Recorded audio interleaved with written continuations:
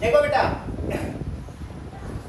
ये जो मैंने बनाया है, ये आपको मैंने इसलिए बना के बताया कि आप सबसे पहले इसमें कर्क रेखा, मकर रेखा और विषुवत रेखा और उसके बाद आर्कटिक रेखा, अंटार्कटिक रेखा जाने।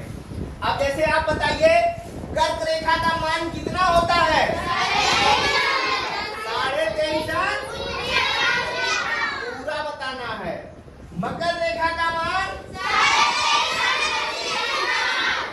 ये आर्कटिक रेखा का मान, अंटार्कटिक रेखा का मान 6.5। अच्छा, शून्य अंश अक्षांश रेखा का नाम बताइए। अब देखिए, हमारी पृथ्वी 23.5 अंश झुकी हुई है अपने अक्ष पर, इसलिए सूर्य की किरणें जो लंबवत चमकती हैं वो 23.5 से 23.5 के बीच में ही चमकती है। 23.5 अंश मतलब कर्क रेखा से मकर रेखा के बीच में। जैसे 21 जून को अपने यहाँ गर्मी होता है, हमारा भारत देश देखो यहाँ पे बना हुआ है, और भारत देश के बीचों बीच से जो है कर्क रेखा ऐसे देखो गुजर रही है। कितने राज्यों के बीच? वो ऊपर से होकर गुजरती है, ऊपर से। Very good. अब देखिए 21 जून को कर्क रेखा पर सूर्य की किरण लंबवत चमक रही, फिर धीरे धीरे धीरे धीरे घटते घटते आज 23 सितंबर है। आज सूर्य की किरण कहाँ लंबवत चमक रही है? विषुवत रेखा पर।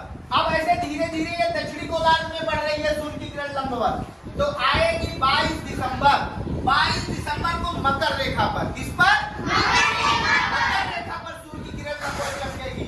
अर्थात 22 दिसंबर को यहाँ दक्षिणी गोलार्ध में सबसे बड़ा दिन होगा और उत्तरी गोलार्ध में सबसे बड़ी रात।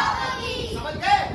अर्थात अब जो है दक्षिणी गोलार्ध में गर्मी शुरू होगी और अपने यहाँ ठंडी, है ना? अब इसी प्रकार से फिर 22 दिसंबर से चलकर फिर 23 मार्च को सूर्य की किरण जो है भूमध्य रेखा पर लंबवत पड़ेगी और जो है फिर 21 जून को अपने कर्क रेखा पर पड़ेगी।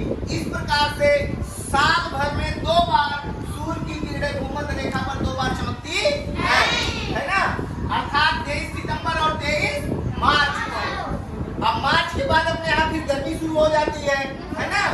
और यहाँ देखो 23 सितंबर के बाद यहाँ अपने यहाँ ठंडी शुरू हो जाती है, क्योंकि सूर्य की किरणें फिर दक्षिणी गोलार्ध में लंबवत चमकती है। अब चमकती कैसे है? देखो, जैसे ये उत्तरी गोलार्ध, ये दक्षिणी गोलार्ध।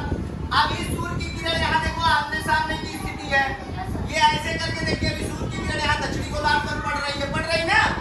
तो दक्षिणी गोलार्ध में इसका मतलब सूर्य की किरण लंबवत पड़ रही है, तो दक्षिणी गोलार्ध में जो है दिन बड़ा होगा, है ना? और यहाँ से जब ऐसी स्थिति आएगी कि उत्तरी गोलार्ध में यहाँ सूर्य की किरण देखो लंबवत चमक रही है ना, तो अर्थात यहाँ पर क्या होगा? अब उत्तरी गोलार्ध में दिन बड़ा हो जाएगा, है ना?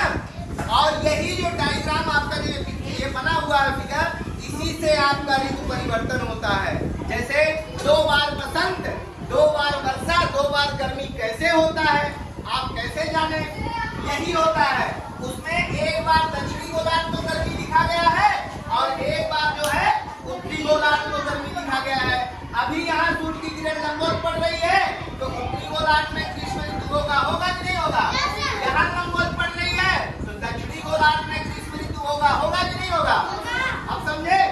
यहाँ पर अपने यहाँ शीत ऋतु होगा, यहाँ ग्रीष्म ऋतु, ऐसे करके ये ऋतु परिवर्तन होता रहता है दोनों गोलार्धों में, है ना? दोनों गोलार्धों में ऋतु अलग अलग होता है। अगर अपने यहाँ ग्रीष्म ऋतु होगा तो दक्षिणी गोलार्ध में क्या होगा? शीत ऋतु, मानी ठंडी होगी। अपने यहाँ गर्मी तो वहाँ पर ठंडी। समझ में आ गया?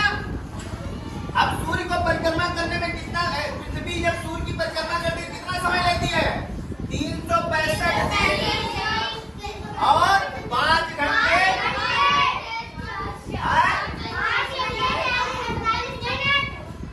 48 मिनट 45 सेकंड। और पृथ्वी अपने धुरी पर कितने समय में चक्कर पूरा करती है?